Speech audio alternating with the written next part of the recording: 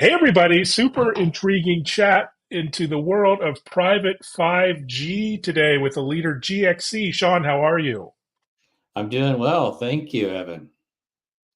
Well, thanks for being here. GXC is a company that's been making waves, electronic magnetic waves, for some time in the 5G space. But for those who aren't aware, maybe introduce yourself and then a quick intro to GXC.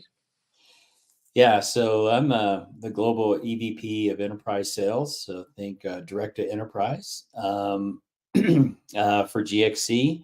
And GXC offers a all-in-one private cellular solution. And what I mean by that, it's everything out of the box: the radio, the SIMs, the software to manage it.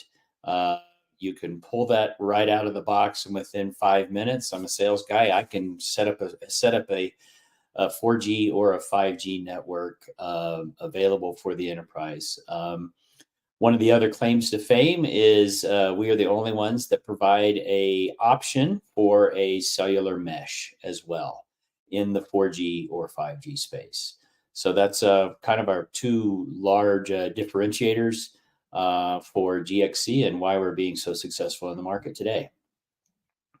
Well, it's a fascinating area, so much opportunity, so much growth.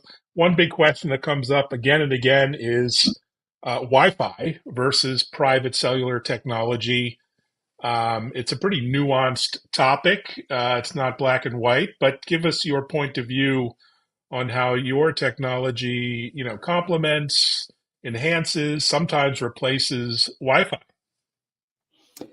Yeah, so we don't advocate for a customer to completely, remove Wi-Fi. We believe that private cellular actually complements it. What we mean by that is you use private cellular where Wi-Fi, in some respects, has had some its limitations. And we talk about carpeted areas and non-carpeted areas. And when we mean by non-carpeted, it's anywhere that's outside of the office. Think a warehouse or a factory or an industrialized location in a floor or agriculture that's outdoor. Because Wi-Fi has had its limitations with regards to outdoor connectivity for sure. How often have you been able to connect to an outdoor Wi-Fi access point, a public access point that it just doesn't work? Mobility is a big one. Handovers on Wi-Fi does not it's not as optimized as what it is on cellular. And then there's a lot of security aspects around the use of private cellular versus Wi-Fi that you can use in an enterprise.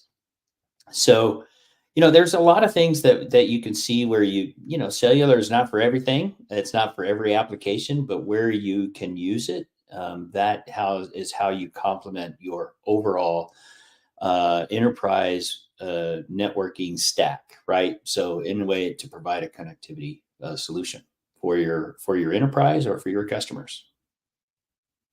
Yeah, such a powerful opportunity, And the and you're big, known for your own yeah, proprietary cellular mesh technology that you've developed and enhanced over the years. For those who aren't familiar, I mean, at home, I have a little mesh network of sorts, but it really gets interesting when you talk about large campuses and giant warehouses and open outdoor spaces on farms and other places. So, for those who aren't familiar, maybe describe the approach to your mesh technology and how you deploy it, some of the benefits. yeah. So if you think about it, one of the biggest differentiators for the private cellular is for outdoor. For every 10 Wi-Fi access points, you might have to deploy outdoor. You only need one access point, and it's a 4-to-1 Wow. ratio indoor. So less access points, less less things to manage and less things to break. Right. With respects to mesh, think about it as deploying a mesh node where you don't have internet. You might have power. I always like to use an agricultural in the agriculture industry, maybe a production. One example is we're deployed at the Molly Caron Ohio State Research Farm. It's 2,100 acres. Wow. We are. They needed to be able to connect both, soil sensors, weather sensors, including also just their tablets and things that they use for research, and also connecting autonomous or connected vehicles to that location. So we were able to deploy 2,100 acres, one mesh node at a grain silo that was 105 feet that didn't have internet, and but they had power, and so that was able to connect the 2,100 acres from one access point to the mesh node at about 1.5 miles away, and you're able to deploy a network that you can get 20 to 40 megabits per second, which is sufficient for their needs. And we did that within 4 or 5 hours, and that's something that is really, really, you can't do with Wi-Fi, right? And it really highlights kind of where the mesh highlights its use case. There's a few others, but that have really stood out. But it's really about, hey, I can't get internet here. I don't want to pay it for trenching, and I don't want to pay for Starlink for another or something else that's a wireless backhaul. And you can deploy these nodes and fill in the gaps. Wow, such an important use case, and it extends well beyond agriculture, Mm-hmm. critical infrastructure as well. I can imagine water treatment plants and building sites, and Mm-hmm. also places that have really strict requirements for network security, where we have a critical reliance on this technology and the supply chain around it. And you know a thing or two about that. I think you're working with different agencies in the government, maybe the DoD or other aspects of the military. Maybe talk about that and how you can secure these networks in a way that maybe other kinds of technology isn't as secure. Well, first of all, security and encryption is inherent to the cellular network itself. Think about, you Mm, actually have a physical SIM or a physical key, right, that resides on the actual device that will be connecting to the network. You're also authenticating that device, that end device, and you have full operational control of the connectivity of way that it does connect to the network. It's also, you can't, you don't see a bunch of broadcasted cellular signals out there, or cellular networks, unlike Wi-Fi that you can, typically open up and look and browse and see everybody's Wi-Fi networks there. And so there's a lot of security protocols that are inherent to cellular. One of the big things is that the device, the cellular network actually um, is deployed with an on-prem server. That mm. server, it can be, and typically that's the way the enterprises do that. That server can reside behind the firewalls and the existing security aspects that the enterprise has deployed. And so the network itself and the way that we've architected the the network is enterprise ready. It's, if you're familiar with how you can manage and operate a Wi-Fi cellular network, you can put in a Wi-Fi network. You can put in a cellular network, and it really looks very similar with all the existing and new security protocols around it. So yeah, we're seeing some good success in how that is deployed. Yeah, and let's talk about deployment because, a lot of times you might not have an IT person on a site at a power plant, or a farm necessarily that has familiarity with cellular technologies. But I've heard some stories that it's kind of plug and play in some cases. How deploy in minutes, hours? What does a deployment typically look like? Yeah, if you want to, deploy a localized private cellular network, we have all the way down to mobile kits or starter kits. They Mm, come in a Pelican case. It's an all-in-one plug and play. You just plug it into a power receptacle. You pull open, provide maybe a backhaul, and you have something within 5 minutes that you can deploy an indoor and even a limited outdoor network. Now, it gets a little more complicated when you're dealing with an enterprise and you want it to have fully redundant. You want it mm, on, the infrastructure that they have in place, like a building or a tower or mm, a light pole or whatever else that they want. But typically, the installation and doing pulling cable and things like that is, mm. 3 or 4x the time that it takes to really turn up the network. Give you an example, a full factory of 20 to 25 nodes with hazardous locations, uh, let's say explosive locations, radioactive locations, high environmental Yikes. locations on one factory floor. The network, with I think it was like 30 buildings. Just to give you an idea, Mm, took about a week to wow. install.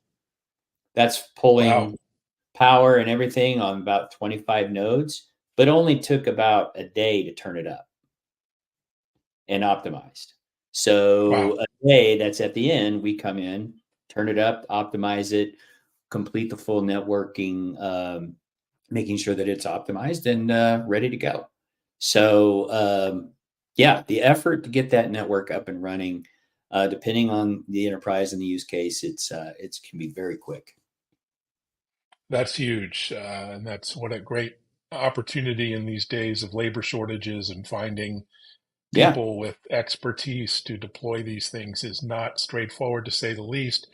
You're a sales guy, but we're not going to get into pricing. That would be too much for a short chat. But I mean, a lot of the private 5G solutions that I've seen out there are really sort of telco centric. You know, they're extremely robust and reliable, but they're big. You know, they're kind of rack mountable solutions, and they can be expensive. Again, without getting into absolute numbers.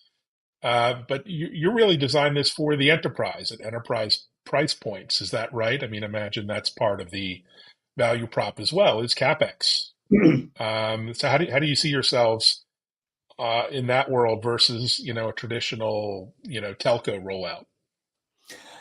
I mean, you kind of outlined it directly. A lot of those that have been in the telco world have taken that equipment, stripped it down, or Mm, it's the same stuff, but they've lowered the feature sets, and it's still high end equipment to do this. And we did the exact opposite. We built it from the ground up specifically for the enterprise. The features that you need or what you get, the features that you don't need, well, you're never going to use them anyway, so why buy them, right? And so we've really looked at the market itself. We've looked at what traditional Wi-Fi managed Wi-Fi services are, and fit the model of private cellular into that model as well, so that a buyer or a procurement person within a enterprise can say, well, I can do Wi-Fi or I can do cellular, and it's mm. almost the same effort and the same price points, very Oh wow. similar, you know, and the economics. It's you can use as much data as you want, just like Wi-Fi, right? You can use as many SIMs as you want, just exactly like that's the encryption side of it, where you secure that thing. And really, what you're doing is you're paying by the node or the AP that's deployed, and then there's a management that's on that. So it's subscription based, and it's very similar to how it's purchased today in the networking space. And when people are looking at deploying and operating a mobile network. Yeah, such a great value proposition. Seems like a no-brainer on my end, but and yet globally, the private 5G market is slower to take off than we'd anticipated or hoped, industry wide. Hmm. Do you think that's because of what reasons? Some countries don't have private 5G licensed, I guess. Pricing, there might be another one. You see a lot of heavy telco grade products that are quite expensive compared to Wi-Fi.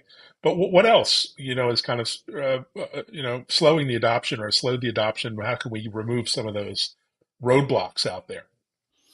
We spend a lot of time in education. Mm, Even though everybody understands what have heard of 4G or they've heard of 5G, mm, they don't understand yet the difference. And it's coming around, I think, over the last year or so, mm, that what is private cellular? I asked that question, and we have to start out with that. Do you understand what the differences are between public, as we would say, as traditional cellular services, and private cellular? And so another one is it's really around that education. Another one is they're so used to Wi-Fi and the limitations of Wi-Fi that they really have to see it to understand, hey, this is really a benefit versus just believing it. And I'll give you an example. We were in another chemical factory walking around with a Wi-Fi person who is a managed services that does Wi-Fi, mm, and we're in areas that are heavily RF, troubled locations, vats and pipes and metal and everything, and 3, 4 stories, no open areas. And, the traditional Wi-Fi is like, I wouldn't touch this. It would be too expensive. It would be too mm, hard. And we can walk in and one node at a pretty decent gain antenna and strategically placed and do a huge one access point versus who knows how many with Wi-Fi. And again, it's about that it doesn't under they don't see the scale until they see it, right? Once they see it and experience it, and they can be in a location like that was traditionally never able to have coverage, both on public or Wi-Fi, public cellular or Wi-Fi, and then see how easy it is to deploy, then the light clicks, right? They're like, okay, I get it. And then also, I think it also has to do with pricing. You've got people trying to get out there. They're used to traditional pricing from telcos. They try to price it the same way. The enterprise looks at it and go, "You're crazy. I'm not going to do that." Or maybe they will, but they'll do it at a very small locations. They're not scaled correctly, and so I think we're starting to see that open up a bit. And GXC is kind of at the forefront of making sure that we get a good product, secure product, and something that the enterprise can consume at scale. And that's really the issue that we've seen in the past, and we're trying to correct that. wonderful mission, of course. I do a lot of work in the healthcare IT space, and one of my constant disappointments is Wi-Fi in hospitals and healthcare settings, whether you're visiting or you're a patient or you're visiting family, just a constant struggle. And I hope the industry adopts more technology like yours to really upgrade that provider experience, the patient experience, and Mhm. even, the facilitators, the administrators, doctors, nurses need better communications infrastructure and tools.